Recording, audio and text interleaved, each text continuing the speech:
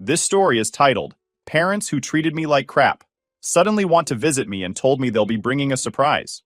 Growing up as the youngest of five sounds like it should be fun, right? You get all the attention, the hand-me-downs, and the wisdom of your older siblings. At least, that's what the movies make it look like. My reality? The youngest by 7 years, stuck in a family that had zero bandwidth left for me. And honestly, it sucked. I wasn't the star or even the troublemaker. I was just there. A literal afterthought. My parents weren't bad people. They were just overwhelmed. My older siblings were all dealing with various issues. Health problems, therapy sessions, school struggles. My parents' lives were a constant rotation of hospital visits, counseling appointments, and meetings with teachers. And me? I was the easy one. No trouble, no drama, no extra effort required. They assumed I was fine because I wasn't demanding anything. Turns out being the kid who's fine means you're also the kid who's forgotten. I remember this one night when I was about 8. My mom was running around trying to pack for my brother's hospital stay. My dad was yelling about misplaced car keys, and my sisters were arguing over who got to use the bathroom first. I sat on the couch with a book in my lap, just waiting. I wasn't even sure what I was waiting for. Someone to notice me, maybe? But no one did. Eventually, I just went to bed without saying goodnight. It wasn't a one-time thing. That's just how it was. They call kids like me glass children. You're visible, but no one really sees you. You're not invisible in the tragic, poetic way. More like furniture in the corner. I didn't need help, so I didn't get it. I didn't cause problems, so I didn't get attention. I know my parents weren't trying to be neglectful. They were just stretched too thin. But knowing that didn't make it hurt any less. It wasn't all bad, though. Since no one paid much attention to me, I had a lot of freedom. I spent hours alone, reading books or playing video games. I'd explore the woods near our house, pretending I was on some grand adventure. Looking back, it was probably a little sad, but at the time, it felt normal. When I was 9, I made my first real friends, Mia and Clara. They were both from messy families too, and we kind of gravitated toward each other. Mia's parents were divorced and constantly arguing, so she spent most of her time at Clara's house. Clara's dad was, well, not around, and her mom worked double shifts to make ends meet. We were all these little lost kids, and we found each other.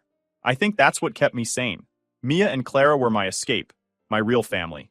We did everything together. Sleepovers, homework, sneaking into the local movie theater by hiding in the trunk of Clara's mom's car. Typical kid stuff. By the time we were in middle school, we had our own little world. We even made up a club, the Unwanted Club. We weren't dramatic about it. It was just a name that fit. Our real family sucked, so we made our own. But as great as Mia and Clara were, there was still this gnawing feeling in the back of my mind. I wanted my parents to notice me. Not in a big, flashy way, just something small. Like, hey, how was your day? Or, what book are you reading? But those moments never came. I remember once I got a perfect score on my math test. I ran home, excited to tell someone. But the second I walked in, I saw my mom on the phone with the school counselor about one of my sisters. I quietly put the paper on the fridge, hoping someone would notice. No one did. By the time I hit high school, I'd stopped trying. I wasn't angry, just resigned. If they didn't care, why should I? I poured all my energy into school and my part-time job at the library. I loved working there. It was quiet, and no one expected much from me. Plus, it meant I didn't have to be home. My parents barely noticed I was gone most of the time. I think they assumed I was at Mia or Clara's house, and they were probably right. I started staying out later and later, testing the limits, but no one ever said a word. One time I got home at midnight, and the house was completely dark. Not a single person asked where I'd been. I could have been kidnapped or lying in a ditch for all they knew. Senior year rolled around, and I started applying to colleges. I didn't tell anyone. Not my parents, not my siblings, no one. I didn't see the point. They wouldn't care until they had to care. And by then, it would be too late. My friends knew, of course. We made a pact. Get into the same college and leave this town behind. It was the only thing that kept me going some days. When I got my first acceptance letter, I didn't even bother showing it to my parents. I just filed it away in my desk and went about my day. It wasn't until I got my financial aid package that I realized I might actually have a shot at leaving. Between scholarships and grants, I could cover most of the costs. My grandma, the only family member who seemed to care about my future, offered to help with the rest. She told me, I don't trust your parents not to screw this up for you. And honestly, same. The day I left for college, I didn't even say goodbye. I packed my car, waved to my mom as she passed me in the hallway, and drove off. I don't think she realized what was happening. I wasn't trying to be dramatic or make a statement. I just didn't think it mattered. For the first time in my life, I felt free. I wasn't anyone's afterthought. I wasn't the invisible kid in the corner. I was just me, and it felt amazing. When the day came for me to leave for college, it was so unremarkable that it might as well have been any other Tuesday. No teary goodbyes, no last-minute hugs. Honestly, I don't even think my parents knew I was leaving. I'd packed up my stuff gradually over the last couple of weeks, and on the morning of, I loaded the rest into my beat-up hand-me-down car and left. My mom walked by me in the hallway while I was hauling a box, glanced at it, and said, "You're doing some cleaning?" I just said, "Yep," and kept walking. That was the extent of our interaction. I wasn't mad about it at the time. By then, I had stopped expecting anything from them. They didn't notice when I stayed out late, didn't notice when I stopped trying to join family dinners, and certainly didn't notice that I had spent months planning to move 2 states away with Mia and Clara. They probably assumed I was going to community college down the street or something. Joke's on them. The drive to my new college town was the most freeing experience of my life. Mia was in the passenger seat, and Clara followed in her car, packed to the brim with her stuff.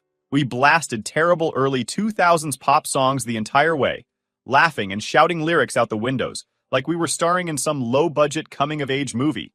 It wasn't just about going to college. It was about starting a new life, one where we weren't the unwanted kids anymore. We were just ourselves. Once we arrived, we moved into this tiny off-campus apartment. And when I say tiny, I mean the kind of place where you could stand in the living room and touch the kitchen counter with one hand and the front door with the other. It was falling apart in places. The sink dripped, the floor tiles were peeling, and the bathroom door didn't lock. But we didn't care. It was ours. Those first few months flew by in a blur.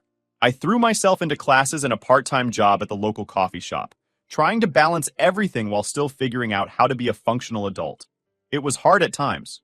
Money was always tight, and I had to learn how to stretch $20 to last an entire week. But for the first time in my life, I felt like I was in control. No one ignored me here because no one expected anything from me to begin with. I could just exist. My parents didn't call. They didn't text. Nothing. At first, I thought maybe they didn't have my new number or had forgotten about me entirely. But then I got a random text from my mom a few months in. She wrote, "Can you grab some milk on your way home?" I stared at the message for a solid minute before responding, "I don't live there anymore." She replied, "Oh, okay. Let me know when you visit." Like I'd just gone on a long camping trip and would be back any day now. I didn't bother correcting her. Why would I? If she wanted to believe I was just out, that was fine by me. It wasn't like they'd cared much about what I was doing before I left. Why start now? Meanwhile, my grandma became my lifeline. She'd call every few weeks to check in, ask how school was going, and remind me that she had my back if I ever needed anything. She wasn't perfect. She had her moments of meddling and unsolicited advice. But at least she cared. She told me, "Don't let your parents screw this up for you." I didn't realize at the time just how much that would matter later. The disconnect between my parents and me became even more obvious when Thanksgiving rolled around. By that point, I'd settled into a routine, classes, work, and hanging out with Mia and Clara in the evenings. We didn't have a lot of money, but we'd managed to save up for a Friendsgiving feast. We bought a turkey, the smallest one we could find, a box of instant mashed potatoes, and some canned cranberry sauce. It was nothing fancy, but it was ours. We even made terrible paper decorations to hang around the apartment. 2 days before Thanksgiving, my mom called me. It was the first time she'd called in months, and I almost didn't pick up because I figured she was butt dialing me or something. But curiosity got the better of me, and I answered. "Hey, what time are you coming for Thanksgiving?" she asked, completely out of the blue. I blinked. I didn't know you guys were doing anything for Thanksgiving." "Well, we weren't sure, but we figured it'd be nice to have the family together for once," she said, like it was no big deal. "So, what time can we expect you?" "I already have plans," I said, glancing over at Mia and Clara, who were sorting through our tiny pantry to see if we had room for more snacks. "I'm hosting a thing with some friends." There was a long pause, and then she said, "Oh, I guess that's fine. It's just, I was really looking forward to seeing you." That one sentence hit me in a weird way. I couldn't tell if she was trying to guilt-trip me or if she genuinely meant it. Either way, it didn't matter. She'd given me 2 days' notice, like I could just drop everything and drive 2 states over to play Happy Family with people who barely remembered I existed. "I'm sorry, but I can't make it," I said as politely as I could. Maybe we can catch up another time? She didn't say anything for a while and then she sighed. Okay, well, I hope you have a good Thanksgiving. She hung up before I could respond. That night, I found myself scrolling through old photos on my phone. There weren't many of my family, mostly just pictures of Mia and Clara and me goofing off over the years. But as I looked through them, I felt a strange mix of sadness and relief. Sadness because part of me still wanted to matter to my parents. Relief because I knew I didn't need to. Friendsgiving was perfect. We burned half the food, Clara spilled cranberry sauce all over the couch, and Mia set off the smoke alarm trying to make gravy. But we laughed until our sides hurt, and for the first time in years, I felt like I was part of something real. That feeling didn't last long, though. A few years later, I got another call, this time from my dad. And that's when everything started to unravel. The call from my dad came completely out of the blue. I'd been avoiding family contact for weeks after the Thanksgiving situation. I wasn't mad, just tired of feeling like an afterthought that suddenly mattered when it suited them. But when his name popped up on my phone, curiosity got the better of me. I figured it had to be important. He barely ever called even when I was living at home. I answered with a cautious, "Hello? Olivia?" he said, his tone clipped and serious. "If you don't come home for Christmas, I'm cutting off your college payments." I blinked. At first, I thought I must have misheard him. "Wait, what?" I asked, trying not to laugh. "Dad, I graduated 3 years ago." The silence on the other end was almost comical. He clearly hadn't expected that response. "Oh, well," he finally sputtered. "I just meant, you need to come home. It's important." I waited for him to elaborate, but he didn't. So I asked, "Why? What's so important?" "It's Christmas," he snapped, like that explained everything. "The family needs to be together. You're being selfish, Olivia. After everything your mother and I have done for you, the least you could do is come home for the holidays." At that point, I couldn't hold back the laugh. "Dad, Grandma paid for my college, remember? You didn't have anything to do with it." He paused again, probably trying to figure out how to salvage this ridiculous argument. "We've sacrificed a lot for you over the years," he said, ignoring my point entirely. "It's time you showed some gratitude." I didn't even know how to respond to that. Gratitude? For what? The years of being ignored. The complete lack of support or interest in my life. The sudden guilt trips and demands for attention now that it was convenient for them. It was so absurd that I almost hung up right then and there. But I didn't. Part of me wanted to see how far he'd go with this. "Dad," I said as calmly as I could, "I've already made plans for Christmas. I'm not canceling them last minute.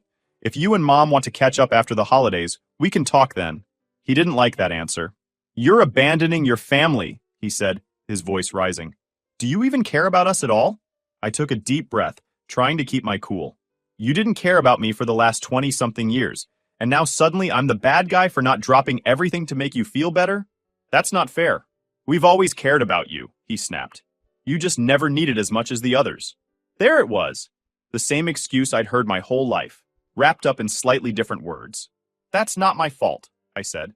"And it doesn't mean I owe you anything now." He didn't respond, and I figured the conversation was over. But a few hours later, I got another text from him. This one was much shorter and colder. "If you don't come home, don't bother coming back at all." I stared at my phone for what felt like forever. Part of me wanted to fire back with something snarky or angry, but another part of me, the bigger part, was just tired. Tired of the guilt trips. Tired of the manipulation. Tired of being treated like a backup plan instead of a person. So I put my phone down and didn't respond. The next day, I got a text from my mom. It wasn't as blunt as my dad's message, but it was dripping with passive-aggressive guilt. She wrote, "We're so disappointed in you, Olivia. We don't understand why you're being so distant. We're your family." I laughed when I read that. Distant? I'd been distant my whole life, and they were just now noticing? It was almost funny, but as much as I wanted to let it roll off my back, there was this tiny part of me that felt that old, familiar sting of guilt. That little voice in the back of my mind whispering, "Maybe they're right. Maybe you are being selfish." I tried to ignore it. I threw myself into work and school, went out with Mia and Clara, and tried to focus on the good things in my life. But the texts kept coming. My mom, my dad, even one of my brothers, they all seemed to be working together to guilt trip me into coming home for Christmas. It was relentless. Then, about a week before Christmas, I got a call from Jake, my older brother. I hadn't spoken to him in years. Out of all my siblings, he was the one I thought might understand me the most. He wasn't as sick as the others, and we'd had a few decent conversations when we were kids. So when his name popped up on my phone, I actually felt a flicker of hope. I answered with a hesitant, "Hey, Jake, what's up?" "Hey, Liv," he said, using the nickname I hadn't heard in years. "Look, I know things have been tense with Mom and Dad, but we need to talk." "Okay," I said, already bracing myself. "About what?" There was a long pause before he finally said, "They've been talking about making you the legal guardian for one of the boys." My heart dropped. "What? You're the only one who's really stable," he said, like it was the most logical thing in the world. "The rest of us, well, we've got our own issues. Mom and Dad think you'd be the best choice." I couldn't believe what I was hearing. After years of barely acknowledging my existence, they wanted to dump this massive responsibility on me? I felt my anger bubbling to the surface, but I tried to stay calm. And they just decided this without talking to me? "They've been planning it for a while," Jake admitted. "I thought you should know before they sprung it on you." I was furious. "No," I said firmly. "Tell them I'm not interested." "Liv, come on," he said, his tone pleading. "You're part of the family." "Family?" I snapped. "Don't talk to me about family, Jake. They ignored me for my entire childhood. Now that they need something, suddenly I'm part of the family? Number, I'm done." There was a long silence before he finally said, "Okay, I get it. I'll tell them." I hung up and sat there, staring at the wall, trying to process everything. It wasn't just about Christmas anymore. They were trying to use me, again. But this time, I wasn't going to let them. After that call with Jake, I couldn't shake the anger boiling inside me. I mean, who just decides that someone's going to become a legal guardian without even asking them? It wasn't a casual favor they were requesting. It was my entire life they were trying to hijack. I replayed Jake's words in my head over and over. "You're the only one who's really stable." Oh, now I was the stable one? Convenient. For years, I was invisible to them. They didn't care about my good grades, my part-time jobs, or even when I left home without a word. But now that I'd managed to build something for myself, I was suddenly the responsible one, the stable one, the one they could count on to clean up their mess. It was infuriating. I didn't respond to Jake for days. What was there to say? I knew he wasn't entirely at fault. He was just the messenger. But that didn't make it any less insulting. Meanwhile, the texts from my parents kept coming. My dad sent another one-liner. "Don't make us regret trusting you." Trusting me? They hadn't trusted me with anything my entire life, but now they wanted me to take over their responsibilities? I wanted to ignore them, but the messages made it impossible. My mom sent long, rambling texts about how family sticks together and how they'd sacrificed so much for us kids. Sacrificed? For who? Because it sure as hell wasn't for me. I didn't respond to her either. I couldn't. Every time I started typing something, the words just felt inadequate to explain how much they'd hurt me over the years. Then, about a week later, I got another surprise. My mom showed up at my apartment. It was a Saturday morning, and I just sat down with a cup of coffee to binge a new show on Netflix. When I heard the knock on my door, I assumed it was Mia or Clara coming over unannounced, like they usually did. But when I opened the door, there was my mom, standing there with this strained, almost desperate look on her face. "Mom?" I said, blinking in disbelief. "What are you doing here?" "We need to talk," she said, brushing past me like she owned the place. I was too stunned to stop her. She walked into my tiny living room, looked around at my mismatched furniture and cluttered coffee table, and said, "This is where you live?" "Yes," I said, crossing my arms. "And I like it. What do you want?" She sighed, sinking onto my second-hand couch like she was carrying the weight of the world on her shoulders. "Your father's health is getting worse," she said quietly. "He's in and out of the hospital, and we don't know how much time he has left." I stared at her, trying to process what she was saying. I wasn't heartless. I didn't want my dad to suffer. But the timing felt so calculated. "I'm sorry to hear that," I said cautiously. "But what does that have to do with me?" Her eyes filled with tears, and for a second I felt a pang of guilt. But then she said, "We need you to step up, Olivia. Your brothers need someone to take care of them when we're gone." There it was. The real reason she'd come. It wasn't about reconnecting or apologizing for the years of neglect. It was about finding someone to clean up the mess they'd created. "No," I said firmly. "I'm not doing it." "Olivia, please," she said, her voice trembling. "We're desperate. Jake can't handle it, and Sarah has enough on her plate. You're the only one who—" "I'm the only one who what?" I snapped, cutting her off. "The only one who managed to get out and build a life for myself? That's not my fault. You and Dad made your choices. You chose to focus on everyone else and ignore me. Now you want me to fix everything? I'm not your backup plan. Her face crumpled, and for a moment, I thought she might start crying again. But instead, she said, "We did the best we could. You don't understand what it was like, raising 5 kids, dealing with all the stress, the bills, the appointments. And that's my fault?" I interrupted. "You had 5 kids. You made that choice. Don't guilt me for your decisions." She stared at me, stunned into silence. I don't think she'd ever heard me talk to her like that before. Growing up, I'd always been the quiet one, the agreeable one. But I wasn't that kid anymore. "I'm sorry that things are hard for you right now," I said, softening my tone just a little. "But I've spent my entire life being invisible to this family. I'm not going to let you drag me back into it now, just because it's convenient for you." Her expression shifted then, from desperation to anger. "So that's it?" she said, her voice shaking. "You're just going to turn your back on us?" "No," I said. "You turned your back on me a long time ago. I'm just finally walking away." She stood up, her hands clenched into fists at her sides. For a moment, I thought she might say something else, but instead, she just shook her head and walked out the door. I stood there for a while after she left, staring at the empty space where she'd been. I didn't feel triumphant or vindicated. I just felt tired. Mia and Clara came over later that afternoon, and I told them what had happened. Clara, as always, didn't hold back. "Screw her," she said. "They don't deserve you." Mia was quieter, but she nodded in agreement. "You have to protect yourself, Liv. You've worked too hard to let them drag you down." They were right, of course. But even with their support, I couldn't shake the guilt completely. I'd been conditioned my whole life to believe that family came first, no matter what. Letting go of that mindset wasn't easy, even when I knew it was the right thing to do. A few days later, I got a letter in the mail. It was from my mom. She must have written it before the visit, because it was full of the same guilt-tripping nonsense I'd heard 100 times before. How much they'd sacrificed, how disappointed they were in me, how I was abandoning the family. I crumpled it up and threw it in the trash. I was done. Blocking their numbers felt like a breath of fresh air. After years of being guilt-tripped and ignored whenever it wasn't convenient for them, I finally had control. I didn't have to wake up to passive-aggressive texts or brace myself for the next emotionally manipulative phone call. For the first time in years, I felt like I could just exist without the weight of their expectations suffocating me. But, of course, peace never lasts long in my family. It was a Saturday morning, and I was lounging in my apartment with a cup of coffee and a book. I'd turned my phone off the night before to give myself a break from the constant pings of notifications, mostly from distant relatives chiming in with their unsolicited opinions about family obligations. Apparently, my mom had made the rounds, spinning her story of how I was abandoning everyone. I wasn't even surprised anymore. When I heard the knock at the door, I assumed it was Mia or Clara dropping by. They did that a lot, especially after my mom's surprise visit earlier that week. So, without thinking, I called out, "It's open," while flipping the page of my book. The knock came again, louder this time. Weird.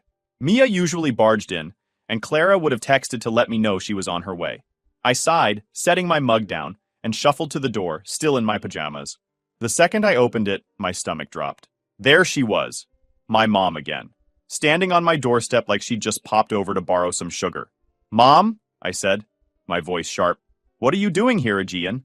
She didn't answer right away. Instead, she gave me this strange smile that didn't reach her eyes and said, "Can I come in?" "No," I replied flatly, crossing my arms. "Whatever you want to say, you can say it here." Her face fell, but she didn't budge. "Olivia, I'm not here to fight. I just want to talk." I let out a frustrated sigh. "We've already talked.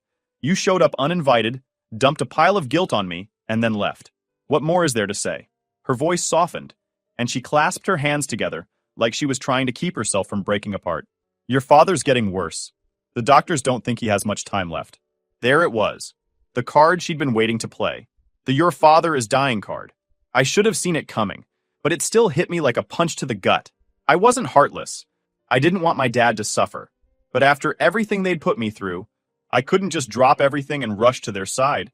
That part of me, the part that would have sacrificed anything for their approval, was gone. "I'm sorry to hear that," I said carefully, keeping my voice steady. "But this still isn't my responsibility." Her eyes widened like I'd just slapped her. "How can you say that? He's your father. And I'm his daughter," I shot back. "The one he ignored for 25 years. The one who wasn't worth noticing until he needed something." "That's not fair," she said, her voice trembling. "We did the best we could."